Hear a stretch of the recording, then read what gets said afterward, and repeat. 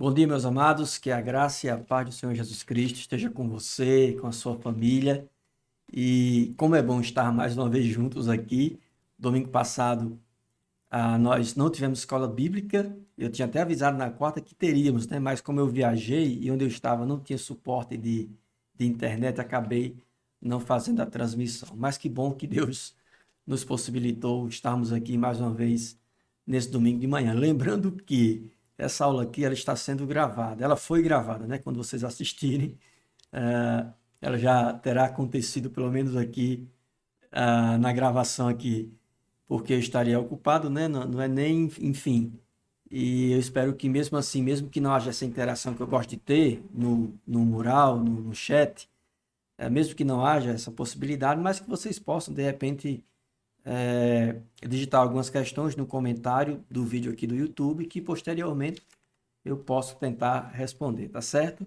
Então, esse é o nosso tema aqui: consolar, amparar e ser longânimo. Os irmãos lembram que esses verbos aí, essas atitudes, né, elas estão relacionadas ao texto de 1 Tessalonicenses, capítulo 5, versículo 14, que diz assim: exortamo-vos também, irmãos, que admoesteis os insubmissos, consoleis os desanimados, ampareis os fracos e sejais longânimos para com todos. Nós já tratamos sobre admoestar os insubmissos, vou apenas fazer uma breve revisão aqui, e hoje nós vamos pensar, nos aprofundar aqui sobre consolar os desanimados, amparar os fracos e ser longânimo para com todos. O que isso significa? Então, nós vamos aprender isso hoje pela manhã. Então, ore comigo, pedir a Deus que nos abençoe e nos ilumine, que o Espírito Santo de Deus edifique a nossa fé essa manhã. Ore comigo. Senhor nosso Deus, nós queremos desde já agradecer ao Senhor pela oportunidade, pela liberdade que nós temos de ensinar a Tua palavra.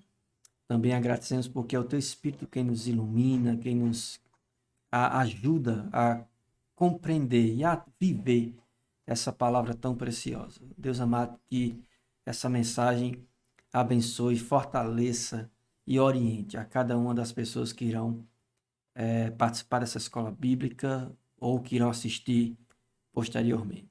Essa é a nossa oração em nome de Jesus. Amém. Amém. Vamos lá, meus irmãos.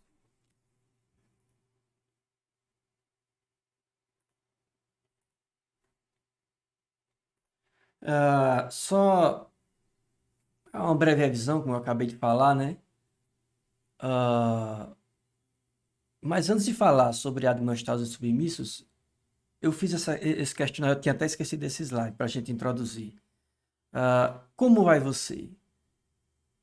Você se encontra em uma situação de insubmissão, no sentido de teimosia, de estar em um pecado que não quer largar, que escraviza você e que você, para defender essa sua prática, é capaz de confrontar o seu discipulador ou a sua liderança. Então, como vai você? Você é uma pessoa insubmissa ou você está desanimado? Ou você está realmente sem força, sem vontade de ler a Bíblia, de orar, de ter comunhão, de viver a vida cristã? Será que você está desanimado? Será que sua situação não é de insubmissão, mas de desânimo? Vamos lá, vamos prossiga. Pensem comigo aqui e faça essa autoanálise aí. Ou você está fraco, você reconhece que está sem forças para vencer o pecado, o que precisa realmente de apoio, do fortalecimento de alguém, do suporte de alguém. Como você se encontra, né? Interessante que essa relação de desanimado e fraco, né? Essas posturas, né? Desânimo e fraqueza, são semelhantes, né? Mas tem a sua diferença, né? Tem suas nuances aqui. A gente vai ver daqui a pouco. Ou você é aquele tipo de pessoa que diz: não, pastor, eu estou aprendendo. Eu estou aprendendo. O fato, meus irmãos, é que existe o insubmisso, existe o desanimado, existe o fraco e existe aquele que está aprendendo na comunhão da igreja. Então, todas essas pessoas aqui que se encontram nessas situações, elas estão dentro de qualquer igreja. Assim eu entendo. Na igreja existem pessoas insubmissas, rebeldes, às vezes ou muitas delas são joio, joio, ou seja, são pessoas que não são insubmissas porque não são convertidas. Existem também aqueles desanimados, de fato, querem viver uma vida piedosa, mas se encontram sem ânimo. E existem os fracos que precisam de apoio, precisam de suporte. O insubmisso, o desanimado e fraco, todos eles estão aprendendo, né? Então, dentro da igreja, não existem apenas pessoas comprometidas e fiéis a Deus. Existem pessoas que estão vivendo diferentes situações. É o que nós vamos aprender aqui. Aqui uma breve revisão, porque nós já falamos muito sobre o insubmisso, né? Sobre admoestar o insubmisso. O insubmisso precisa ser admoestado. O insubmisso precisa ser admoestado, né? Um pouco de fermento leveda toda a massa. Então, se existe insubmissão, pecado, se existe mau testemunho, então essa pessoa tem que ser chamada a atenção e existem diferentes formas de abordar essa pessoa. Mas nessa abordagem, o quê? O primeiro passo deve ser o quê? A confrontação com o fim da confissão. É quando você chega para alguém e diz, olha, a sua conduta está errada. Aquilo que você está fazendo não é coerente com a fé cristã. Aquilo que você está fazendo é pecado contra Deus e contra outra pessoa e contra a igreja, enfim. E o que é que se espera quando você confronta um insubmisso, quando você admoesta, né, um insubmisso? Se espera que ele diga, sim, é verdade, eu sinto tristeza e vergonha pela situação que eu estou vivendo. Então, a confrontação deve gerar ou deve buscar a confissão. Claro, tudo isso feito em amor, tudo isso feito com humildade, com a intenção de restauração, como nós já vimos na aula anterior. Depois da confrontação, que busca a confissão, espera-se a correção do comportamento, a correção da ação. E claro, tudo isso, essa correção, essa mudança de comportamento, deve ser fruto de um coração arrependido. Ou seja, eu devo procurar mudar não com a intenção de ser aplaudido pelos outros, mas sim de agradar ao Deus Santo que me ama. E uma maneira de corrigir é chegar para essa pessoa e dizer, olha, a maneira correta de agir seria de acordo com a vontade de Deus. Você está fazendo isso aqui, mas essa maneira não é a maneira correta de agir. A Bíblia diz assim, a Bíblia diz que você deve perdoar. Vou pegar um exemplo aqui, uma pessoa que diz, olha, eu não quero perdoar. Essa pessoa me fez um mal e eu decidi no meu coração que eu não vou perdoá-la. Então, o conselheiro bíblico, ele vai chegar e vai corrigir. Primeiro ele vai confrontar, ele vai dizer, olha, sua atitude está errada. Cristo perdoou você de pecados muito maiores do que o que essa pessoa lhe fez. Você precisa se arrepender dessa sua amargura e ter um coração humilde para perdoar e pedir a Deus esse coração. Ou seja, a pessoa está corrigindo, está na confrontação. Ela diz, o conselheiro diz o que não se deve fazer e na correção o conselheiro diz como se deve agir. Com o fim, né, ele vai corrigir com o fim de que aquela mudança seja produzida pelo arrependimento. E o que é que se espera de uma pessoa corrigida? Eu quero mudar, eu preciso de ajuda. Então, para chegar a essa atitude e para ter essa reação, é preciso de fato ser um cristão verdadeiro, entende? De ser repreendido, ser confrontado e confessar, dizer realmente eu estou errado, eu me sinto tristeza e vergonha. Aí depois fala, mas olha, mas você pode fazer isso. E a pessoa dizer, me ajude. Então, é uma atitude de um verdadeiro crente. Um verdadeiro cristão, ele dificilmente vai aceitar a correção. Um falso cristão dificilmente vai aceitar a correção, a confrontação. Aí, claro, nesse caso aí, que nós estudamos na aula anterior sobre os passos, né, da admoestação, quando existe essa resistência, quando existe esse comportamento impenitente, ou seja, que não se arrepende, que não sente tristeza, aí realmente a igreja tem que chegar de maneira geral e dizer, olha, com esse comportamento não conseguiremos caminhar juntos. Então não dá. Não dá para compartilhar a mesma mesa, da comunhão com você com esse tipo de pensamento e comportamento. E se a pessoa diz, olha, eu não me importo com isso, eu não importo com a disciplina da igreja, não me importo com o que vocês acham ou pensam de mim, eu sou assim, gosto de ser assim e vou continuar sendo assim. Então, nesse caso, essa pessoa deve, essa pessoa depois de ser procurada individualmente, depois de ser procurado por duas ou três testemunhas, junto a duas ou três testemunhas, depois de a igreja chegar junto a essa pessoa e ela não se importar com a correção, então a atitude é de exclusão da membresia da igreja. Realmente não dá para andar junto se nós não tivermos o mesmo amor por Deus e o mesmo zelo por santidade, porque realmente as más conversações elas corrompem os bons costumes. Se a igreja não cuidar dos insubmissos, não disciplinar, não admoestar os insubmissos, esses insubmissos irão dividir a igreja, é capaz até de destruir a congregação local por meio de fofoca, de contenda, de partidarismo e de tantas coisas que surgem de um coração rebelde. Então tá aí, se você que está assistindo pela primeira vez esse tema, nas duas aulas anteriores eu aprofundo mais um pouco, vocês podem procurar lá aqui no meu canal aqui do YouTube, tá certo? Vamos lá, vamos aprofundar aqui, adiantar e vamos entrar no tema de hoje. Porque Paulo fala sobre o desanimado. Paulo fala sobre admoestar os rebeldes, os insubmissos, mas Paulo também fala lá em 1 Tessalonicenses 5 e 14 de consolar os desanimados. E quem é o desanimado aqui? É o emocionalmente esgotado, é o fisicamente fraco, é o que diz aqui o autor do capítulo que estamos estudando, A Doutrina da Igreja no Aconselhamento Bíblico, o autor David Penley. O livro, esqueci de dizer, né? Fundamentos Teológicos de Aconselhamento Bíblico e suas aplicações práticas, é o texto base.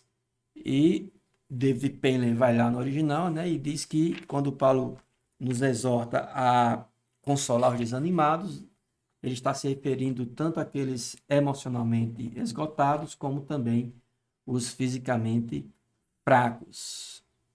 Vamos compreender. Veja o significado da palavra desanimado. O significado etimológico, né, da origem do termo, né? Significa de pequeno ânimo, desânima, ou seja, sem alma, sem vigor. O desanimado é aquele que não sente alegria por servir a Deus, em viver a vida orientada por Cristo. O desanimado, de acordo com Penley, é alguém honesto em sua fé, que está lutando em meio às tentações, provações e tribulações, ou está na guerra interior para uma vida piedosa. Então, desanimado não é um crente carnal, não é uma pessoa que ela esconde atitudes, comportamentos, práticas que são contrárias ao Evangelho do Senhor Jesus Cristo. Não, o desanimado ele quer ter uma vida piedosa, mas ele se sente esgotado. Ele sente que os recursos estão esgotados para prosseguir sozinho. E, numa situação dessa, ele tem desejo até de desistir, sabe? Dizer, olha, eu não consigo viver a vida cristã. E Satanás, ele é sutil, ele é sagaz, e ele coloca no coração, na mente da pessoa, né? Olha, você não nasceu para ser cristão, para ser evangélico, você não consegue, você não tem força, você é um fracassado, você tem uma história muito feia, seu passado é imerso em lama, então você não consegue, e de repente isso também pode ser dito por pessoas não crentes, pessoas incrédulas que querem ver você na lama, às vezes familiares que torcem para que você não dê certo na fé, para poder humilhar e zombar de você. E, diante dessas pressões, a pessoa se sente realmente sem energia, sabe? E diz, olha, não dá, eu não vou conseguir, então já que eu não vou conseguir, é melhor eu desistir. Aí surge aqui a pergunta, o que fazer? O que fazer diante de uma pessoa que está desanimada? Paulo diz que nós devemos consolar. Consoleis os desanimados. Consoleis os desanimados. E o que significa consolar na perspectiva do apóstolo Paulo?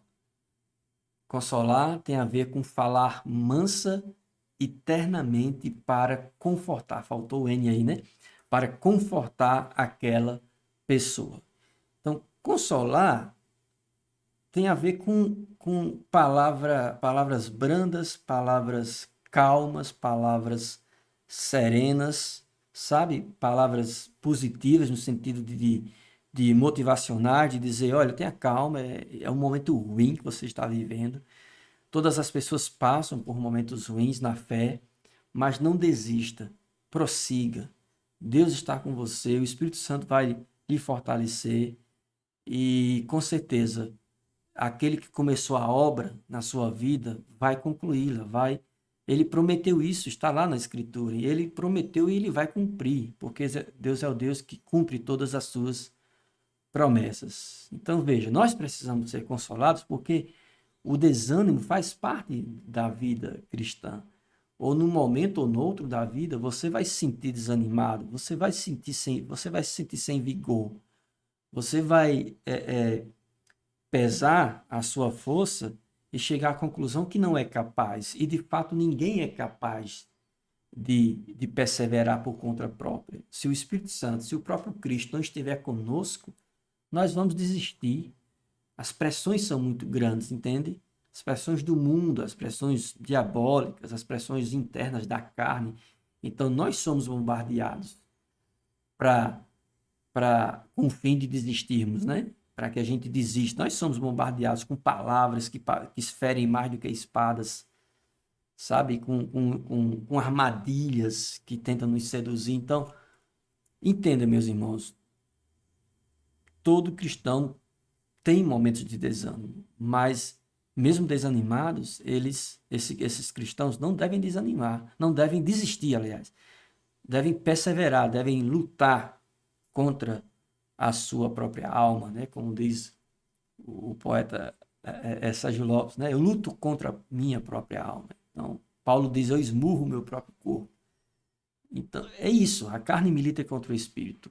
E tem momentos que nos faltam energias, forças. Aí sim, aí nós precisamos ouvir palavras mansas, ternamente, ou seja, afetivas, sabe? Que realmente nos console. E a consolar também tem a ver com instar, né? Com insistir, com estimular, com animar. Vamos, estamos juntos. Nós vamos conseguir. A sua guerra não é só a sua guerra, é a minha também, é a nossa guerra. A vida cristã não é um parque de diversão, é um campo de batalha. Então, vamos juntos, vamos perseverar. Nosso trabalho no Senhor não é vão, não, mas eu caí, mas eu não tenho vontade mais de me congregar. Não, não faça isso. Vamos juntos aqui. Quando você sentir-se sem vontade, liga para mim, manda uma mensagem, vamos orar, eu oro, vamos orar por telefone aqui nesse momento que a gente está vendo de afastamento, né, de isolamento. Vamos orar por telefone, estamos juntos, entende? A gente precisa disso. Precisa de estímulo, de alguém que esteja conosco, nos estimulando. Veja alguns textos aqui. Eu selecionei 3 textos aqui. Esse texto aqui é muito usado, né? Que é Hebreus capítulo 10, 23, 24 e 25. Diz assim: guardemos firme a confissão da esperança, sem vacilar, pois quem fez a promessa é fiel. Aí veja, consideremos-nos também uns aos outros, para nos estimularmos ao amor e às boas obras. não deixemos de congregar-nos, como é costume de alguns. Antes, façamos admoestações, e tanto mais quanto vedes que o dia se aproxima. Esse texto, eu já escutei esse texto aí quando novo convertido, né? Então, eu faltei um culto de oração. Aí, no outro dia, alguém já mandou para mim a, a, uma mensagem com Hebreus 10 e 25. Eu disse, não, irmão, eu não perdi o culto ontem porque estava doente, nem lembro o que foi, mas eu achei interessante essa preocupação e o uso desse versículo para admoestar os crentes a se congregarem. Esse texto é tão importante porque ele destrói aquela ideia de que é possível ser um cristão dentro de casa. Não, eu não preciso de igreja. Igreja só tem confusão, igreja tem muita burocracia. Eu posso ser um cristão dentro de casa sozinho. Não, não é coerente. Você não pode ser um cristão sozinho. Não existe vida cristã longe da igreja. Entendam o que eu quero dizer. Cristo, ele é a pedra, ele é o fundamento da igreja. Quem está em Cristo está na igreja do Senhor Jesus Cristo. Não estou falando de igreja no sentido de estrutura física, mas igreja gente, igreja como sendo um conjunto de pessoas, de pecadores arrependidos que estimulam uns aos outros a viver o amor que Cristo ensinou e nos deu por meio do Espírito. Então, veja, que os verbos que aparecem aqui nessa exortação à congregação são verbos que estão sempre no plural. Guardemos firmes a confissão, consideremos-nos também uns aos outros para nos estimularmos ao amor, não deixemos de congregar-nos, façamos demonstrações. Então perceba, a vida cristã ela é coletiva, não existe vida cristã reclusa. Eu sei que no passado, né, os monges, em nome de uma suposta santidade, se isolaram, mas não é isso que Deus quer. Deus não quer que a gente viva isolado do mundo, das pessoas. Deus quer que estejamos próximos uns aos outros, influenciando o lugar onde nós convivemos com os outros e habitamos. Enfim, a igreja ela serve para realmente nos estimular, para nos animar. Uma brasa fora do braseiro esfria. Esfria é uma ilustração muito antiga, né? Eu também ouvi, desde quando me converti, eu escutava essa expressão, olha, não deixa de se congregar. Por quê? Porque uma brasa fora do braseiro, ela esfria, a chama vai embora, então não faça isso. Então é isso, a exortação aos hebreus do autor, que nós não sabemos quem é, possivelmente Paulo, é essa, né? É para que a gente realmente se congregue com o fim de nos animar, nós nos animarmos, né? Com o fim de exortar a perseverança, estimular a prática do amor e das boas obras. Vamos lá, deixa eu mostrar mais um texto aqui que fala sobre esse valor do, uh, do, do, do ânimo, né? Do consolo aos desanimados. Veja que o próprio Paulo escrevendo em Romanos capítulo 1, versículos 11 e 12. Porque muito desejo ver-vos, a fim de repartir convosco algum dom espiritual, para que sejais confirmados, isto é, para que em vossa companhia reciprocamente nos confortemos por intermédio da fé mútua, vossa e minha. Ou seja, Paulo está dizendo, eu preciso que vocês me confortem. Eu preciso que a fé de vocês me anime. Assim também eu quero repartir o que eu tenho aprendido de Jesus Cristo e vivido com Jesus Cristo com vocês, para que vocês também se sintam confortados e estimulados.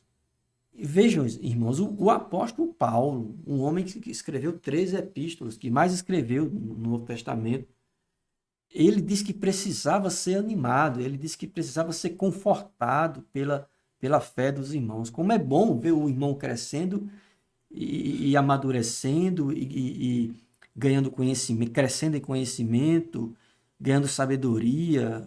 Como é bom, isso estimula, isso faz com que a gente pense, olha, vale a pena ser fiel, vale a pena seguir a Cristo. Por quê? Porque o Cristo, nosso Senhor e Salvador, ele transforma, ele é mestre também. Então, se Cristo animou, deu sabedoria, manteve aquele irmão em pé, ele também vai fazer isso comigo. Basta que eu busque sua face e que o ame com todo o meu ser, com o meu coração, com minha alma, com todas as minhas forças. É assim que a vida cristã progride, sabe? Com, com, com dedicação à vida devocional e, que eu estou destacando aqui, com ânimo mútuo, sabe? Com aquele fortalecimento recíproco. Vamos lá. Colossenses 4, 10 e 11, Paulo diz assim: Saúda-vos Aristarco, prisioneiro comigo, e Marcos, primo de Barnabé, sobre quem recebestes instruções. Se ele for ter convosco, acolhei-o. E Jesus, conhecido por justo, uma pessoa com o mesmo nome de Cristo, né? Jesus. Jesus o justo, ele era chamado, conhecido assim. Os quais são os únicos da circuncisão que cooperam pessoalmente comigo pelo reino de Deus. Eles têm sido o meu lenitivo. Pastor, o que é lenitivo? Lenitivo é algo que dá alívio, entende? Um alívio imediato. Você está num momento difícil e de repente vê uma pessoa que lhe faz uma visita, uma pessoa que você gosta muito, que é muito querida por você, e a presença daquela pessoa já é um lenitivo, já lhe traz alívio, porque é uma pessoa que conhece você, que sabe de suas lutas e que ora por você e que ama você e você sabe disso. Meus irmãos, como é bom, sabe? Às vezes quando eu vou aqui a Mossoró, né? Passei muito tempo lá, e encontro amigos de longa data. Como é bom conversar com aquelas pessoas, como eu sinto que eu volto para aqui, para cumprir a missão aqui com mais forças, quando eu converso com pastores queridos, com mentores espirituais que me ajudaram na caminhada cristã desde o início. Então é muito bom ver essas pessoas e elas são também meu lenitivo. Diante das dificuldades, das dores que a gente tem, quando conversamos com essas pessoas, aquela comunhão serve de alívio, de lenitivo. Então veja como é importante, meus irmãos, consolar os desanimados. Além de consolar os desanimados, né, Paulo fala também sobre os fracos e como os fracos devem ser tratados. Os fracos, eles devem ser amparados. E quem são os fracos aqui? Aqui, a palavra, de acordo com David Penley, pode se referir a diferentes situações aqui. Os fracos podem ser enfermos ou pessoas com deficiência, hesitantes, limitados, vulneráveis. Os fracos podem ser pessoas financeiramente necessitadas, crianças, órfãos, viúvas e qualquer pessoa que não possa cuidar de si mesma sozinha. E o que fazer? Essa é a situação. Quando nós percebemos que existe uma pessoa da nossa comunhão, na nossa congregação, que se encontra fraca, ou porque está enferma, olha, fulano está enferma e essa enfermidade tem, inclusive, prejudicado a vida espiritual dela. O que nós vamos fazer? Ou uma pessoa com deficiência, achei interessante isso aqui, porque eu nunca imaginava que essa palavra usada lá em Tessalonicenses tinha a ver com uma pessoa com deficiência visual ou alguma deficiência motora. São pessoas fisicamente fracas e que precisam de um apoio, precisam que de repente uma pessoa seja os olhos do deficiente visual, que seja as pernas ou as mãos de um deficiente físico motor, ou que seja a mente de uma pessoa que sofre com alguma deficiência mental. Então veja, essa pessoa não deve ser essas pessoas não devem ser desprezadas nunca, pelo contrário, devem ser amadas pela igreja, devem ter uma atenção especial devido à condição, à situação em que vivem. E claro, existem também os fracos hesitantes, os limitados, os vulneráveis, né? Aquelas pessoas que têm muitas dúvidas ou têm limitação na compreensão. Às vezes aquela pessoa é analfabeta ou é um analfabeto funcional, que lê, mas não consegue interpretar. E nós temos que ter paciência com essas pessoas, zelo com essas pessoas, sabe? Não nunca descartar nem diminuir essas pessoas. Pelo contrário, né? Da mesma forma como eu falei no item lá, sobre os enfermos e pessoas com deficiência, essas pessoas têm que ter também um olhar cuidadoso, afetivo, terno. Amém? Os irmãos entendem isso. Existem também os fracos no sentido de financeiramente necessitados. Os financeiramente necessitados precisam de quê? Precisam de um apoio. Claro que a igreja ela não trabalha com assistencialismo, a igreja não trabalha sustentando aqueles que vivem em pobreza porque não querem trabalhar. Não, a igreja não trabalha dessa forma, né? A igreja trabalha com auxílio financeiro, a- a- com, com doação de cesta básica, às vezes com doação de medicações, mas não faz parte do propósito da Igreja do Senhor acabar com a pobreza do mundo.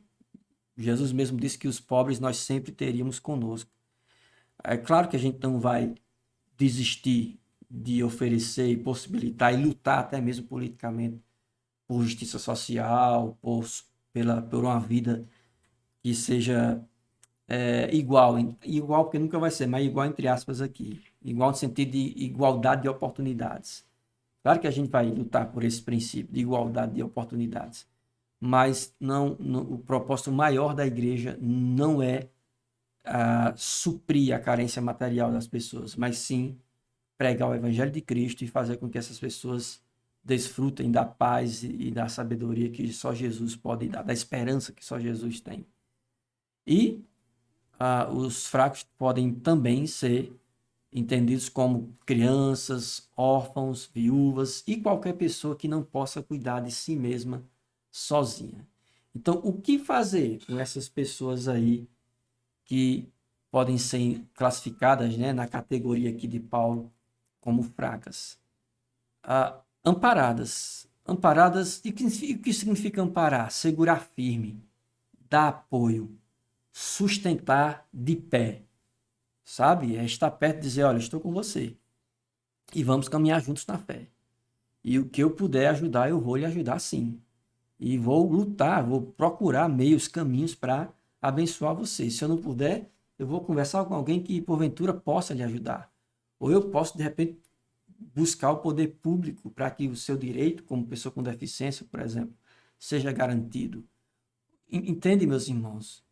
Então, existem pessoas fracas nessas condições aí na igreja, e essas pessoas não podem ser desprezadas. Elas precisam ser amparadas. Elas precisam ser amparadas. E tem um princípio aqui muito objetivo e claro, que, que está dentro do conceito de amparar. Porque amparar é apoiar até que a pessoa possa andar com as próprias pernas. Então, entenda. O amparo não é a dependência. Você nunca deve ajudar uma pessoa fazendo-a dependente de você. Tem até um provérbio americano que diz assim, né? Não dê uma esmola ao pobre, ofereça-lhe um trabalho e ele comprará o que quiser com o fruto do seu suor. Então, a ideia é, eu ajudo, eu amparo, mas eu não quero que essa pessoa se torne dependente de mim. Não vai ser boa, não vai ser bom nem para ela e nem para mim. Então eu tenho que amparar até que a pessoa possa andar com as próprias pernas. Entende, meus irmãos? Não é bom produzir dependência financeira, emocional, espiritual em ninguém. Preciso que a gente ajude as pessoas para que essas pessoas elas tenham liberdade, autonomia, que andem sem vergonhas, sem constrangimento. Por quê? Não, porque elas conseguem se sustentar, elas são capazes de decidir por elas mesmas, sabe? Então isso é muito importante e você que é líder, que é professor de escola bíblica, que é discipulador, trabalha nessa direção. Não, nenhum pastor, nenhum missionário vai trabalhar para produzir pessoas emocionalmente, intelectualmente dependentes dele, não. Vai trabalhar para que elas tenham autonomia e, sobretudo, para que elas dependam totalmente de Deus, aprendam a depender de Deus, confiar em Deus e agir em Deus, na certeza de que Deus irá estar com elas até o fim. Então é isso. O que é que eu tenho que fazer com os fracos, os que sem força, os fracos no sentido de aqueles que não têm força, e toda essa lista aí que eu já li para você. Eu tenho que amparar, mas amparar até que, né? Até que essa pessoa ande com suas próprias forças. Amém? Isso aqui é importante. Eu gostei muito dessa parte aqui que o David Palen falou, né? Porque quem deve amparar? Aí, claro, todos os irmãos em Cristo devem amparar os enfermos, os carentes financeiramente, emocionalmente, crianças, órfãos, viúvas, pessoas desamparadas que não tenham nenhum apoio familiar. Todos os cristãos eles são chamados a amparar aos necessitados, aos fracos. Só que existe um chamado especial para quem está em, em função de liderança na igreja. Em função de liderança na igreja. E esse corpo de conselheiros, pastor, o que você quer dizer com corpo de conselheiros? O pastor, os membros da diretoria estatutária, os membros da liderança ministerial, ou seja, cada líder de ministério. Então, quem está na liderança da igreja, está à frente, digamos assim, esse grupo é o corpo de conselheiros. É assim que eu entendo. E esse grupo, e esse corpo de conselheiros deve tomar a iniciativa. Claro que tem algumas situações que chegam até a ser injustas, porque a gente não está sabendo de nada. E de repente chega a notícia que a pessoa estava passando fome e adoeceu e ninguém disse nada. Eu nunca vi isso, né? Mas só uma suposição.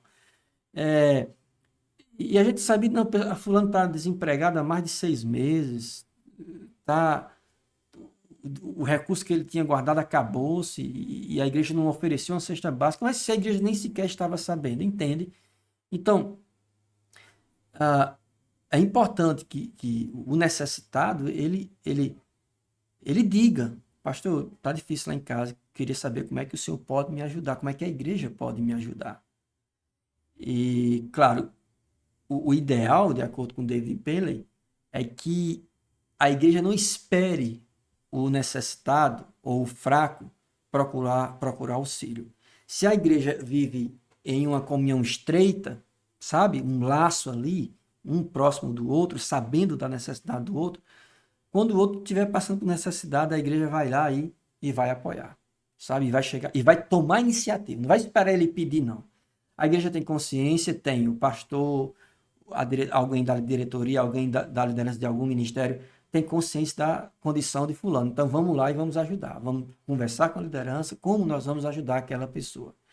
Meus irmãos, eu já passei por necessidades assim, eu já tive um momento difícil na minha vida e eu recebi auxílio, entendeu? Cesta básica. Os irmãos iam deixar a cesta básica na minha porta. E eu agradecia e eu lembro que eu dizia assim, olha, isso é cristianismo. Isso é cristianismo. E eu recebo com alegria, não recebo, estou constrangido em receber uma cesta básica. Não, eu agradeço a você por lembrar de mim. Deus usou você para me suprir aqui. Então, graças a Deus, nunca faltou nada em minha vida, nos haveres do dia a dia. Por quê? Porque teve alguém que chegou e me ajudou, entende? E o legal no que eu vivi e no que o próprio David Pellen fala, o interessante aqui, o que mais me chama a atenção realmente é tomar a iniciativa, é a igreja que tem que tomar a iniciativa. Aí, claro, essa iniciativa de buscar a pessoa não implica apenas em auxílio material, mas também orientação espiritual, entende? A igreja, ela é uma comunidade formadora. Ela deve tratar, por exemplo, sobre finanças, alimentação, vestuário, educação de filhos, vida conjugal. Os irmãos estão entendendo, né? E se você prestar atenção, de fato, nós tratamos sobre todos esses temas aí. Quem participa das reuniões de casais, ou com certeza você já teve algum encontro de casais na igreja que falou sobre finanças, que falou sobre alimentação. As mulheres com certeza já escutaram algum estudo sobre vestuário, ou sobre educação de filhos, né? Os encontros de casais também já tem conferências, às vezes congressos sobre educação de filhos. Vida conjugal nem se fala, né? A gente nem se fala, que eu digo assim, é um tema muito batido. Então veja, mais uma vez, a liderança espiritual deve tomar a iniciativa. O corpo de conselheiros da igreja, os líderes da igreja, tanto da diretoria estatutária, tanto da liderança ministerial, se souber que alguém está passando necessidade, deve se articular e ver como pode ajudar aquela pessoa. Certo? Muito bem. Aqui eu ia perguntar, aqui eu ia dizer assim, se eu tivesse ao vivo, né? Já que aqui nós não estamos ao vivo, essa aula é gravada, eu ia colocar, olha, vocês têm alguma pergunta? Eu acredito que nesse slide aqui, nessa lâmina, eu acredito que vocês iam fazer alguma pergunta. Mas caso vocês sintam necessidade, vocês podem digitar aí nos comentários e eu posso abordar posteriormente, tá certo? E mais uma exortação aqui, a última, na verdade, né? Que inclui os três grupos, as três anteriores e os três grupos anteriores, porque o texto diz: exortamo-vos também, irmãos, a que admoesteis os insubmissos, consoleis os desanimados, ampareis os fracos e sejais longânimos para com todos. Então veja, ser longânimo para com todos. Longânimo. O que significa ser longânimo? De acordo com o Strong, longânimo vem da palavra grega macrotumeu e significa ser de um espírito paciencioso, que não perde ânimo. Perseverar pacientemente e bravamente ao sofrer infortúnios e aborrecimentos. Ser paciente em suportar as ofensas e injúrias de outros. Ser moderado e tardio em vingar-se. Ser longânime, tardio para irar-se, tardio para punir. Então, tanto com o insubmisso, que deve ser admoestado, tanto com o desanimado, que precisa ser amparado, consolado, e o fraco, que precisa ser amparado, nós precisamos ser longânimos. O insubmisso, o desanimado e o fraco precisam ser tratados com longanimidade, com paciência, sabe? Eu sei que é difícil, assim. Eu sei que longânimo, né? É o pavio longo. Tem gente que nem pavio tem, né? Assim, pavio longo. Eu conheço um homem longânimo, pastor Plínio Kremer, que me discipulou, meu pai na fé, né? E foi lá em casa e evangelizou a minha irmã e a mim. Eu agradeço a Deus pela vida do pastor Plínio. Um homem, quando eu penso em longanimidade, eu lembro dele. Muito calmo, muito tranquilo. E ele teve, né, uma boa paciência comigo também no processo discipular. Os estudos bíblicos que ele fazia lá em casa, os cultos que eu o acompanhava também. Um homem muito calmo e foi usado por Deus para abençoar a minha vida e de tantas outras pessoas. Então, veja, nós precisamos ser longânimo para com todos. Na demonstração dos submissos, no consolo dos desanimados, no amparo aos fracos. Então, todos. Por quê? Porque todos podem aprender. Todos podem aprender. O insubmisso, o desanimado e o fraco, ele pode aprender. E para quem é professor como eu, sabe que paciência é algo essencial para quem forma pessoas, para quem ensina, para quem constrói, comunica, transmite conhecimento, entende? Paciência.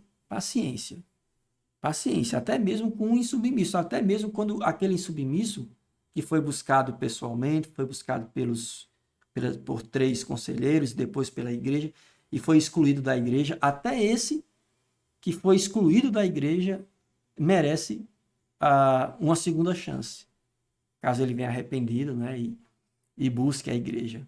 Isso é longânimo. Depois de 10 anos, depois de 5 anos, sei lá, essa pessoa voltou. Amém, seja bem-vindo. Voltou quebrantada, voltou diferente e quer se congregar conosco e o espírito está humilde ali. Abrace essa pessoa. Por quê? Porque todos podem aprender. Todos podem aprender.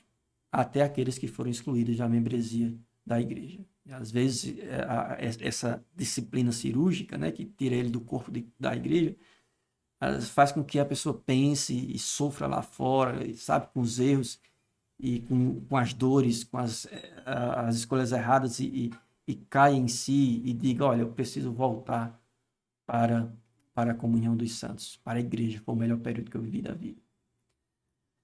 Veja esse texto, Gálatas 6, 9 e 10. E não nos cansemos de fazer o bem, porque a seu tempo ceifaremos, se não desfalecermos. Por isso, enquanto tivermos oportunidade, façamos o bem a todos, mas principalmente aos da família da fé. Não se cansar de fazer o bem. Não desfalecer, não desistir de plantar, que ou mais cedo ou mais tarde nós iremos colher, sabe? E fazer o bem, como ele disse aqui. Quando você tiver a oportunidade, faça o bem. Mas, veja aqui a ênfase. Façamos o bem a todos, mas principalmente aos da igreja, aos da família da fé. É a prioridade. O meu irmão em Cristo é prioridade na prática do bem. Os irmãos estão entendendo isso aqui? O meu irmão em Cristo é prioridade. Não, mas eu tenho algumas pessoas próximas a mim, eu sei. Mas existe alguém que é seu irmão em Cristo, feito seu irmão pela fé em Cristo, que tem a mesma fé que você, que tem o mesmo Pai que você, o Pai espiritual, o Pai celeste, o mesmo mestre que você, que é o Senhor Jesus Cristo, e que padece e por isso você deve priorizar, porque faz parte de sua família da fé. Amém? Esse versículo é tão significativo, esse versículo 10, sabe? Porque mostra a importância da igreja, sabe?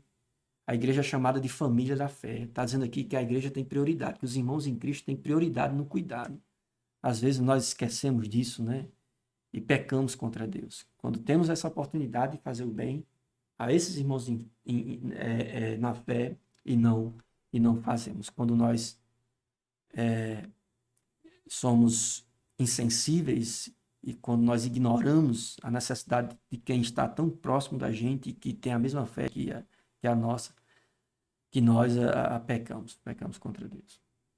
Vamos lá para a gente concluir. Veja esse fragmento que eu peguei aqui do capítulo do livro que estamos estudando. Está escrito assim: tentar ajudar pessoas em situações difíceis pode ser um desafio. Elas nem sempre reagem como esperávamos ou como esperaríamos.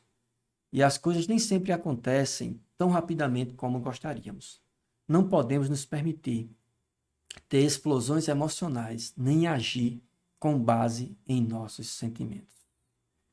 A paciência é uma característica de Deus, à medida que Ele voluntariamente atrasa o julgamento de todos nós, tanto merecemos, que todos nós tanto merecemos. Então veja aí, duas coisas importantes. Não agir pelas emoções, porque nós somos apressados, intolerantes, impacientes e descontamos aquele nosso desejo de que as coisas se resolvam rapidamente. Descontamos com histeria, com gritos, com agressões verbais e até mesmo alguns chegam ao ponto de agredir fisicamente, porque não tem paciência de esperar, não tem humildade para perdoar, sabe, para dar mais um tempo. Enfim, não podemos nos permitir ter explosões emocionais nem agir com base em nossos sentimentos. Precisamos ter paciência. E, como o David Penley diz aí, essa paciência nós recebemos do próprio Deus por meio do Espírito Santo, né? E das experiências, né? Quando nós vivemos coisas difíceis, Deus nos dá sabedoria para desenvolvermos, no meio desses desertos e terremotos da vida, e tempestades da vida, a paciência. Na tempestade desenvolvemos a paciência, aprendemos a confiar que Jesus está no barco e Ele é capaz de acalmar, né, as águas e os ventos. Então, é preciso entender isso, sabe? Atrasar o julgamento que o outro merece, sabe? Dizer, olha, não, eu sei que tá tudo errado, mas é uma pessoa que é honesta, é uma pessoa que tem buscado a face de Deus e eu preciso dar um tempo a essa pessoa. Preciso ver o que vai acontecer.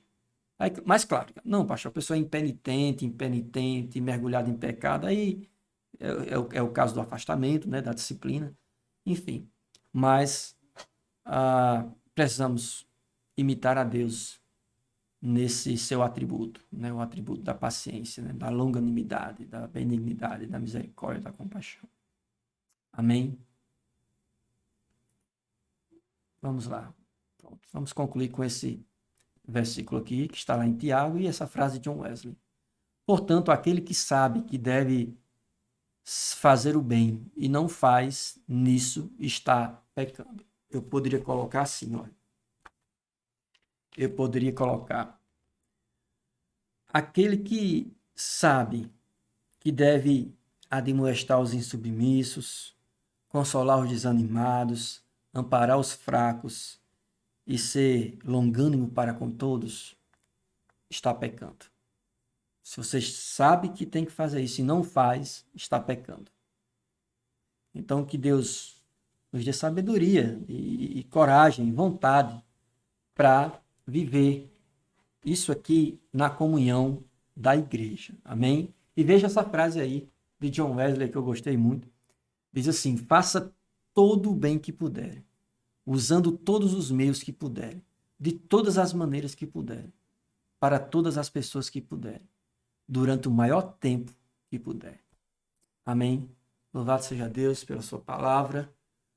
E eu sei que essa palavra de hoje foi uma palavra que a gente pode dizer assim, foi confrontadora. Eu espero que tenha sido confrontadora para você, sabe? Eu espero que cada um dos que estão nos assistindo aqui, que tenha essa sensibilidade à palavra de Deus e veja onde precisa mudar. Onde precisa mudar pessoalmente e como deve agir para com os submissos, os desanimados, os fracos e todos aqueles que estão aprendendo, estão no mesmo caminho da fé.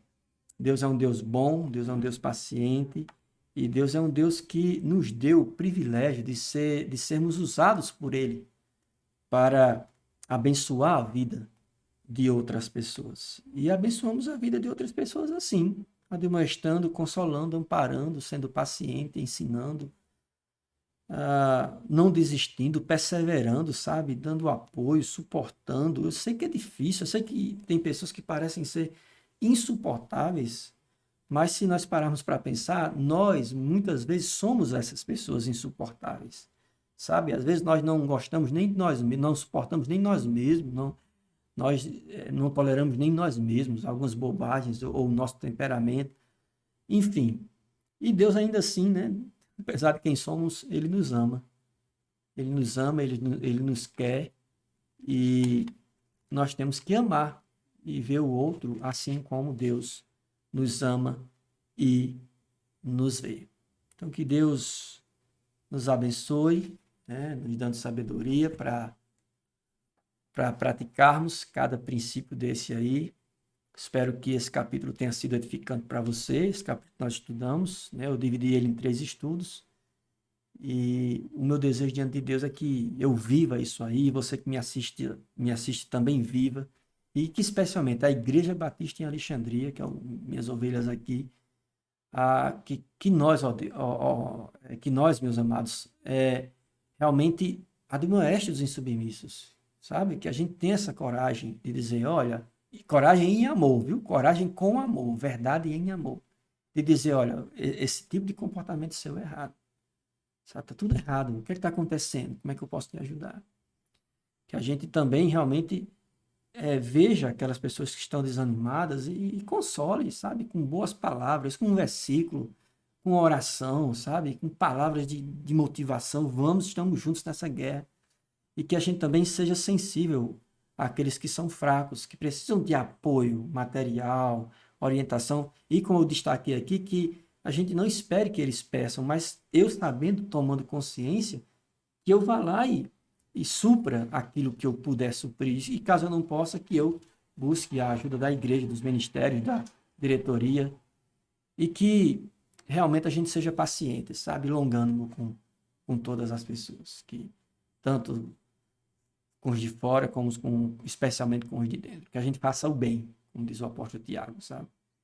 E realmente a gente aproveite todas as oportunidades para amar as pessoas, fazer o bem, com a intenção não de sermos vistos e aplaudidos, como eu falei, pelos homens, mas de sermos agradáveis ao Senhor, que pela sua misericórdia e pela sua graça nos admoesta, nos consola, nos apoia e é paciente para com cada um de nós. Então, louvado seja Deus por esse estudo.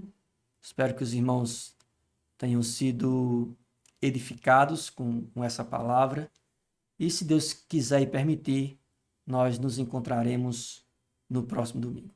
Vamos orar, agradecendo a Deus por essa palavra. Senhor, muito obrigado por cada princípio que nós aprendemos aqui. Eu sei que são princípios que são confrontadores, nos desafiam, realmente inquietam a nossa alma, porque nós reconhecemos que não fazemos estas coisas, mas nós não queremos continuar assim, nós não queremos continuar omissos, Senhor. Nós queremos viver o que Tua palavra diz. E para isso pedimos que o Teu Espírito nos dê sabedoria e ousadia para amar como o Senhor nos ama. Abençoa, Deus, cada um dos que estão presentes aqui nessa escola bíblica, os que irão assistir posteriormente. Que todos possam ser transformados pelo Teu poder e que todos possam desfrutar de Sua sabedoria e do Seu imensurável amor. Essa é a nossa oração, em nome do Senhor Jesus Cristo. Amém. Amém, meus amados. Louvado seja Deus. Hoje à noite nós teremos o nosso culto. Espero que os irmãos se façam presentes no Instagram, né? No Instagram, @igrejabatista.ale. Às 19h30 nós teremos o nosso culto de louvor e adoração. Então, que você tenha um bom restante de domingo, um bom almoço, descanse, mas aproveite também para meditar na palavra, para orar e para pedir a Deus que te faça a cada dia mais semelhante a Cristo. Amém? Ore por mim. Quando você pedir isso, eu quero que você peça por mim também, porque eu quero a cada dia ser mais semelhante a Cristo. Estou longe, mas juntos nós venceremos. Bom dia, que Deus abençoe.